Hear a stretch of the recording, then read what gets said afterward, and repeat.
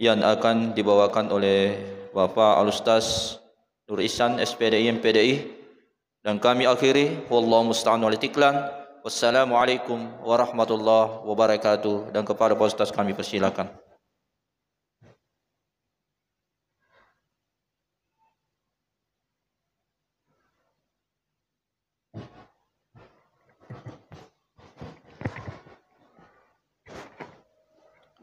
Bismillahirrahmanirrahim. Assalamualaikum warahmatullahi wabarakatuh. Alhamdulillahi rabbil alamin, wabihi nasta'inu ala umurid dunya waddin, wassalatu wassalamu ala ashrafil anbiya'i wal mursalin, sayyidina Muhammad sallallahu alaihi wasallam wa ala alihi wa ashabihi wa man tabi'ahum bi ihsanin ila yaumiddin, amma ba'd. Ma'asyaral muslimin dan muslimat, sidang jemaah tarwih yang sama-sama dirahmati dan dimuliakan oleh Allah Subhanahu wa taala.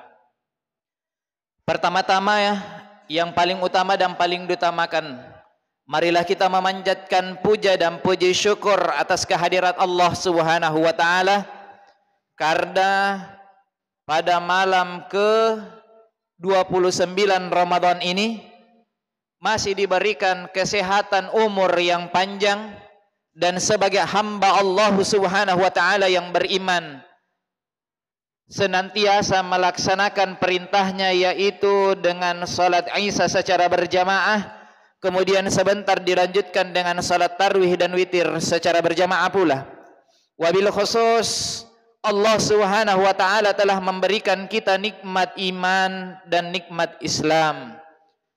Kemudian salawat serta salam semoga tercurahkan kepada baginda Muhammad sallallahu alaihi wasallam. Mudah-mudahan sebagai pengikutnya kita mendapatkan syafaat, mendapatkan pertolongan dari baginda Muhammad sallallahu alaihi wasallam di yaumil qiyamah nanti. Amin ya rabbal alamin. Hadirin kaum muslimin dan muslimat jemaah tarwih rahimakumullah wa hadakumullah.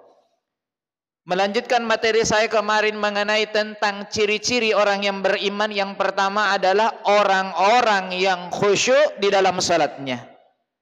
Jadi bagi Bapak Ibu sekalian, ketika kita ingin melaksanakan ibadah solat, maka jangan pikir yang lain kecuali kita berpikir bahwa Allah Subhanahu wa taala berada di hadapan kita masing-masing.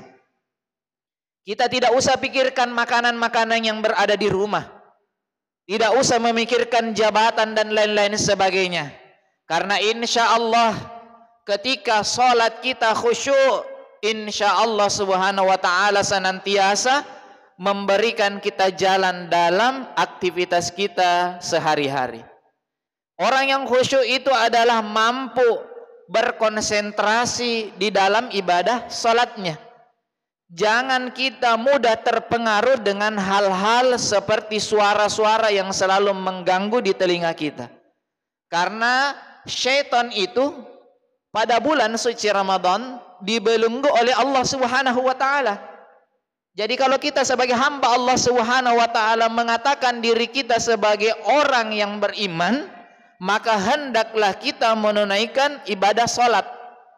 Karena salatlah yang menjadi perantara antara diri kita dengan Allah Subhanahu wa taala. Sebagaimana firman-Nya di dalam surah Al-Baqarah ayat 45, wasta'inu bis sabri was salah wa innaha lakabiratun illa 'alal khashin. Dan mintalah pertolongan hanya kepada Allah Subhanahu wa taala dengan mengerjakan salat dan sabar. Sesungguhnya yang demikian itu sungguhlah berat kecuali bagi orang-orang yang khusyuk. Dan adapun ciri-ciri orang yang beriman yang kedua adalah orang-orang yang senantiasa menjaga kemaluannya. Walladzina hum li furujihim hafizun. Orang-orang yang senantiasa menjaga kemaluannya. Jadi Bapak Ibu sekalian yang sama-sama dirahmati dan dimuliakan oleh Allah Subhanahu wa taala, ketika kita mengatakan bahwa kita ini termasuk orang-orang yang beriman, maka hendaklah kita menjaga kemaluan masing-masing agar jangan sampai keluar dari koridor syariat Islam atau terjatuh pada perbuatan-perbuatan tercela. Jadi seorang muslim harus mampu menjaga kemaluannya ketika dia beraktivitas dalam dunia sehari-hari. Sebagaimana anjuran baginda Muhammad sallallahu alaihi wasallam, ketika kalian mampu untuk menikah, maka hendaklah kalian menikah. Tetapi kalian tidak mampu secara lahir dan batin, kemudian tidak mampu secara ekonomi, maka urungkanlah dan anjuran baginda Muhammad sallallahu alaihi wasallam dengan berpuasa sunnah. Karena dengan berpuasa sunnah kita dapat mengendalikan hawa nafsu masing-masing. Dan kemudian bagi kita yang sudah menikah, hendaklah menyalurkan keinginan biologis kita hanya kepada pasangan kita masing-masing dan bukan kepada pasangan orang lain. Sebagaimana yang kita ketahui bahwa syaitan itu selalu mengajak manusia untuk berbuat maksiat. Kita lihat di dalam Al-Quran surah Al-Isra ayat 32. Wala taqrabuz zina innahu kana fahisyatan wa sa'a sabila. Dan janganlah kalian mendekati zina, karena sesungguhnya zina adalah perbuatan yang keji dan suatu jalan yang buruk. Dan bagi kita Bapak Ibu sekalian yang sudah mempunyai anak, hendaklah kita selalu menjaga anak-anak kita. Terkhusus bagi yang mempunyai anak perempuan. Karena kemarin sempat saya katakan, lihat selalu HP-nya Bapak Ibu sekalian. Di situ kalau pasangannya dipanggil mesra-mesra, tapi kalau bapaknya langsung nama aslinya. Jangan sampai anak-anak kita ini terjatuh pada perbuatan-perbuatan tercelah, karena ini adalah merupakan suatu jalan yang buruk. Hadirin kaum muslimin dan muslimat jamaah tarawih yang sama-sama dirahmati dan dimuliakan oleh Allah Subhanahu wa taala. Kemudian ciri-ciri orang yang beriman yang ketiga, orang-orang yang menunaikan zakat. Tadi di Islamic Center sudah membagikan kepada seluruh UPZ yang berada di Kabupaten Nabire untuk diserahkan kepada orang-orang yang berhak menerima.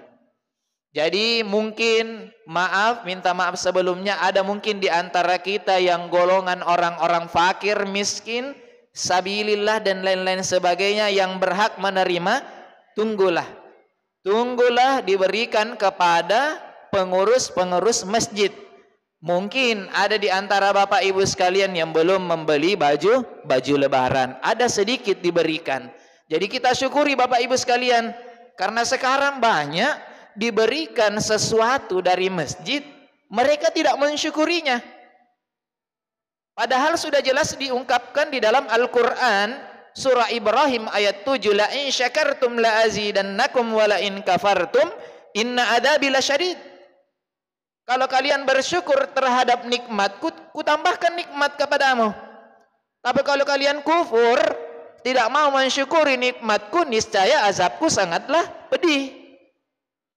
Dan sebagai contoh kedua, kalau mungkin yang sudah berkeluarga, ibu-ibu sudah diberikan uang jajan oleh suami, jangan menuntut suami untuk memperbanyak uang jajan.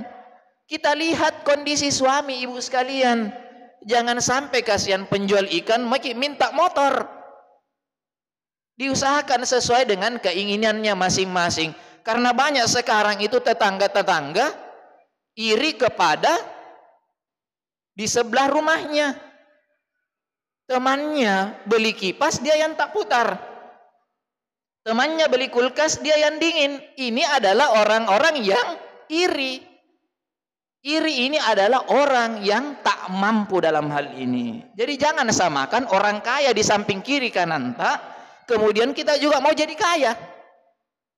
Lihat perjuangan suami. Suami memberikan nafkah. Suami adalah pemimpin di dalam rumah tangga. Maka apa yang diberikan hendaklah kita mensyukurinya. Servis suami tak baik-baik, kalau mau banyak uang jajan tak. Masakan memang masakan kesukaannya. Mungkin suka kipalu cela, ikan kering, ikan asin, tambah daun kelor. Mantap, apa itu makanannya ibu? Ya tuh, apalagi kalau orang-orang Sulawesi kan lebih enak. Kebersamaan yang senantiasa kita tingkatkan dalam kehidupan rumah tangga. Hadirin kaum muslimin dan muslimat jemaah tarawih yang sama-sama dirahmati dan dimuliakan oleh Allah Subhanahu wa taala. Dan adapun ciri-ciri orang yang beriman yang terakhir adalah orang-orang yang senantiasa menjaga salatnya.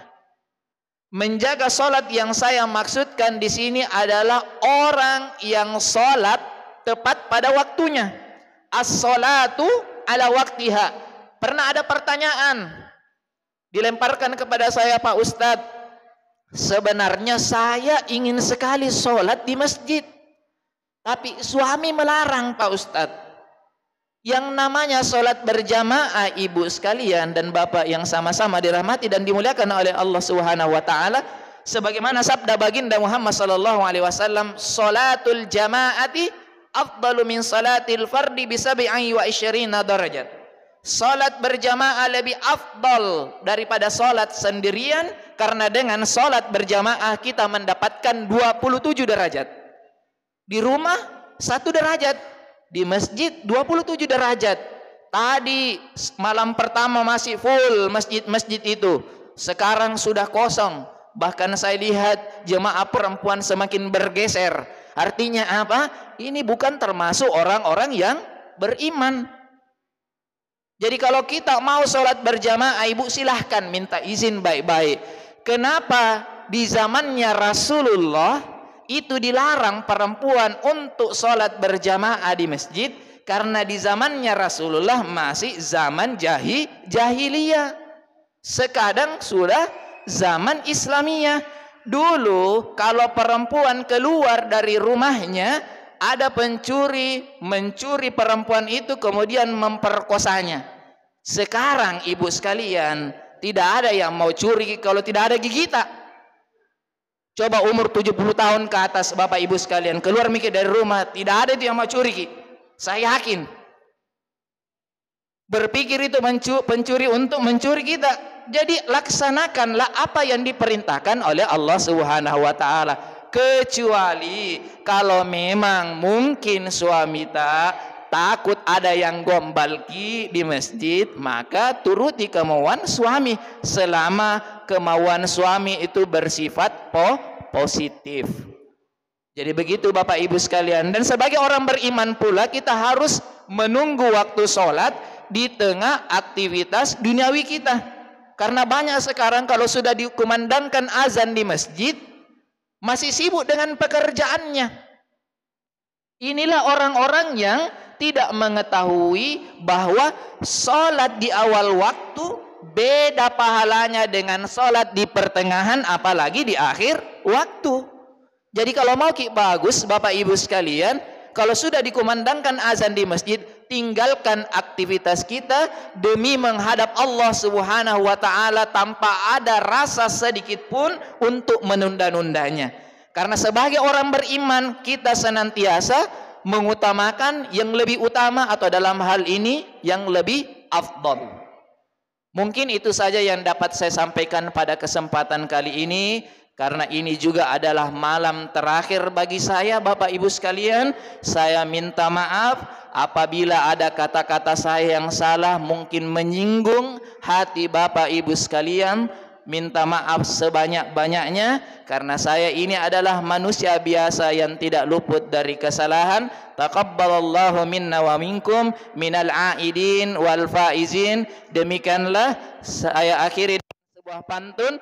Apabila ada sumur di ladang, bolehkah kita menumpang mandi? Apabila ada umur yang panjang, bolehkah kita berjumpa kembali? Burung irian, burung cendrawasih. Cukup sekian dan terima kasih. Hadanallahu wa iyyakum ajma'in. Wassalamualaikum warahmatullahi wabarakatuh.